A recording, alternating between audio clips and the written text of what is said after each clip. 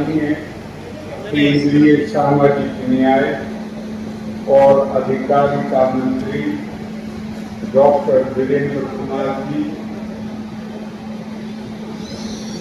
माननीय समाज कल्याण मंत्री बिहार सरकार श्री मदन साहनी जी, माननीय संसद सदस्य पटना श्री रविशंकर प्रसाद जी, बिहार सरकार के समाज कल्याण विभाग की सचिव श्रीमती वंदना त्रिवेदी जी,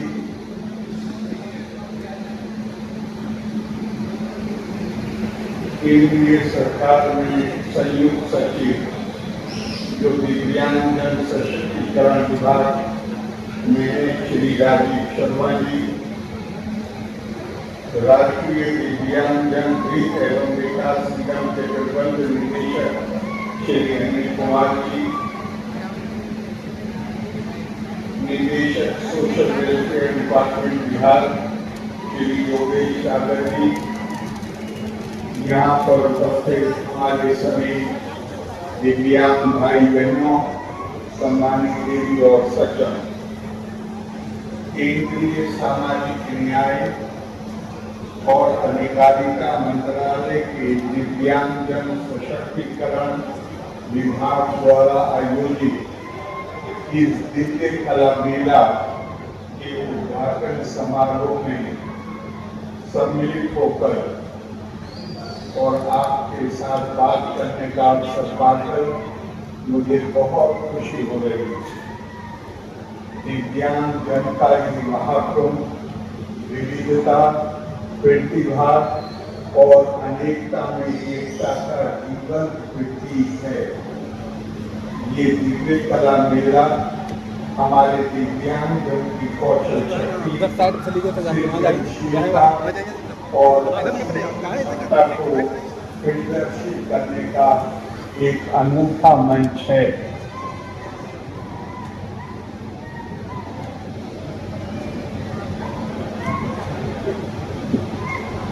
दिव्यांगजन हमारे हर समाज में,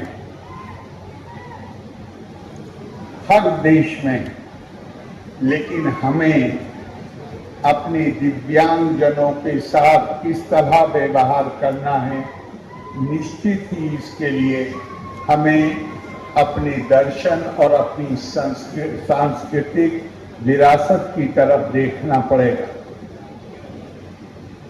हमारे यहाँ ये माना गया है, कहा गया है कि हर किसी के अंदर दिव्यता है। देहो देवालया प्रोक्तो जीवो देवा सदा शिवा। ये देह जो है ये अपने आप में परमात्मा का मंदिर है। मंदिर है, अगर पूजा घर है तो वहां आपको कैसे व्यवहार करना है, उसके प्रति क्या सम्मान दिखाना है, इसकी प्रेरणा हमें वहां से लेनी पड़ेगी। हमारे यहाँ कहा गया है, न अक्षरो मंत्रहीनम न मूलम नौषिधम अयोग्य पुरुषम नास्ति योजक स्तत्र दुर्लभा। कोई अक्षर ऐसा नहीं है जिसमें मंत्र की शक्ति न हो, कोई हरा पत्ता या जड़ ऐसी नहीं है जिसमें औषधि का गुण न हो। दुनिया में कोई भी अयोग्यता के साथ पैदा नहीं होता। हाँ, अगर कमी होती है तो उसकी होती है जो उस व्यक्ति की प्रतिभा, उसकी योग्यता को पहचान कर उसका सही, जहां वो अपनी प्रतिभा का और योग्यता का प्रदर्शन कर सके, ऐसा मंच उसको दे दे।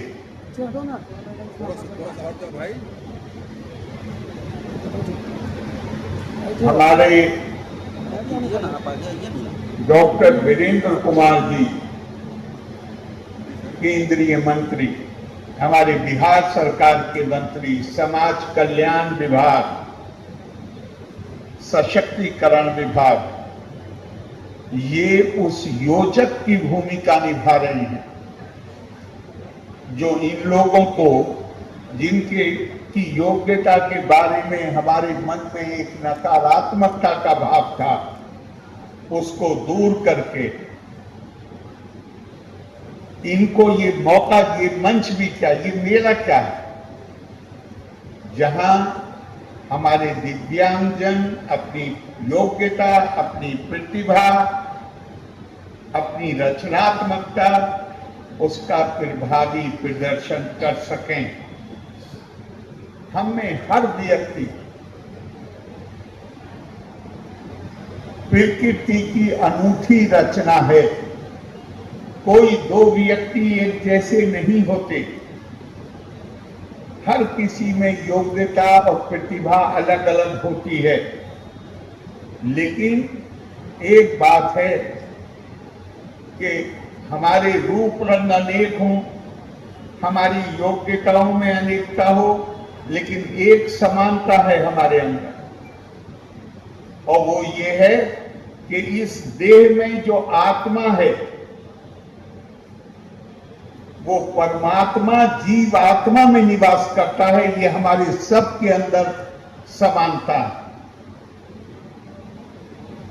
श्रीमद् भगवत गीता में बहुत ही सुंदर कहा गया है, द्वो इमो पुरुषो क्षरश्चाक्षरा एवाचा क्षरा सर्वाणि भूतानि कूटस्था उच्यते अक्षरा। हर व्यक्ति के अंदर उसके दो व्यक्तित्व हैं, एक उसका शरीर है और एक उसकी आत्मा। शरीर नश्वर है, आत्मा को कूटस्थ कहा गया है, जो कभी नष्ट नहीं होती।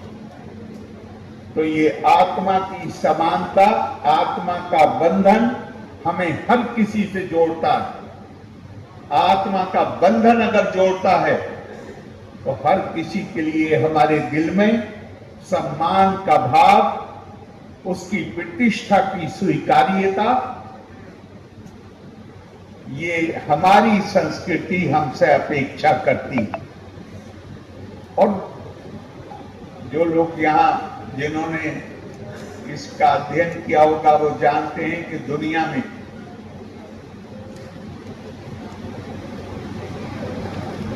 मनुष्य की, जो मानव की जो रचना है, उसके बारे में दुनिया में जो थ्योरीज बताई गई हैं, एक ये है कि बनाने वाले ने कुछ तत्व लिए, उनको बनाया। वो बनाने वाला अलग, कुम्हार अलग, और कुम्हार के बनाए हुए बर्तन अलग। भारतीय संस्कृति में इसके बिल्कुल विपरीत कल्पना है। सो कामायता बहुश्याम प्रजायेति। और जब उस परम तत्व ने आदि काल में कामना की कि मैं अपनी प्रजा को पैदा करने के लिए बहुरूप हो जाऊं, तो चाहे हम में कोई भी हो, चाहे जिस रंग का हो, चाहे जो भाषा बोलता हो, चाहे जो उपासना पद्धति हो, चाहे उसका हाथ हो या ना हो, हर कोई उसी परमात्मा का रूप है, चलता फिरता। मानव का किसी रूप में अपमान न करना, फिरता है जमाने में खुदा भेष बदलकर। ये हमारे लिए आदरणीय हैं, सम्मान के अधिकारी हैं, प्रतिष्ठा के अधिकारी हैं। और यहां पे कला का मेला, हमारी संस्कृति में कला को कैसे परिभाषित किया गया है कि कला क्या है? कम परमात्मानि लाति गृह्णाति इति कला। कला का मतलब है कि जो चीज हमें परमात्मा के नजदीक ले जाए वो कला। और ये भी ध्यान रखिएगा कि जब हम अपनी योग्यता और प्रतिभा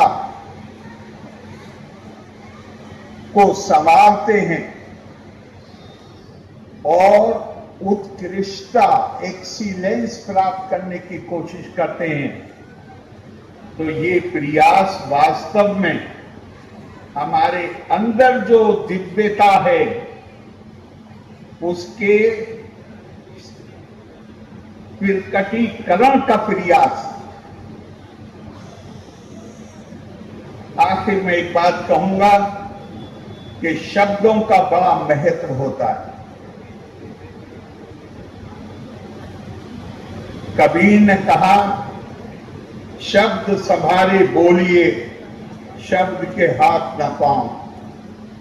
एक शब्द औषध करे, एक शब्द करे घाव। माननीय प्रधानमंत्री नरेंद्र मोदी जी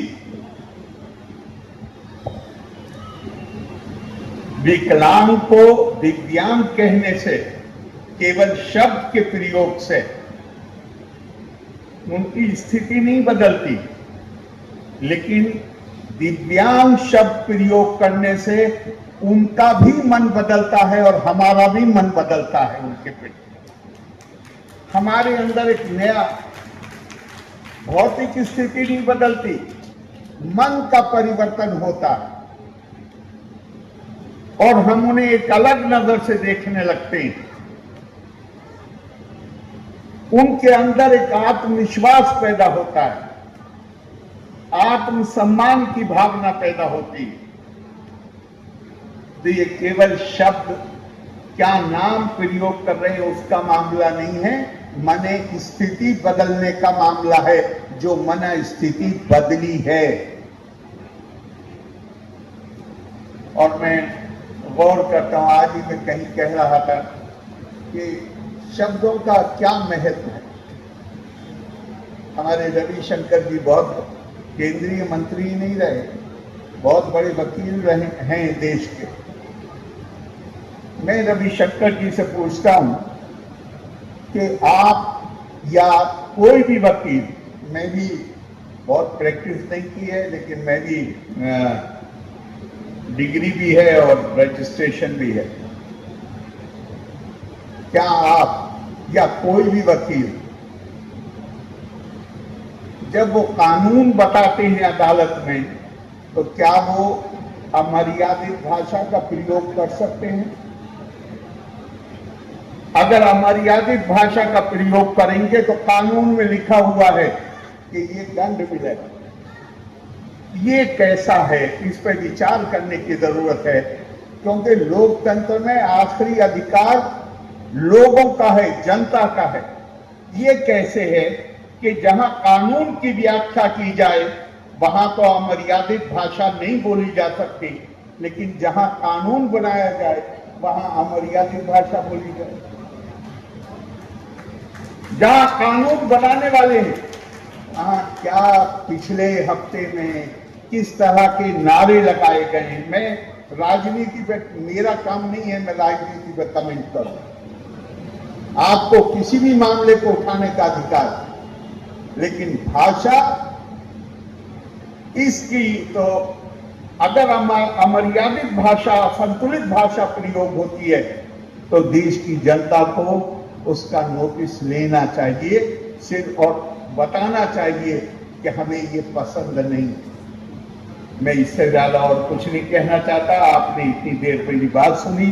मैं एक बार फिर माननीय मंत्री जी आपको धन्यवाद देता हूं कि आपने मुझे ये साधारण मेला नहीं, ये पुण्य कार्य, आपने मुझे भी आमंत्रित करके इस पुण्य कार्य में अपने साथ शामिल किया। मैं आप सबको बहुत बहुत शुभकामनाएं देता हूं। लोका समस्ता सुखिनो भवन्तु।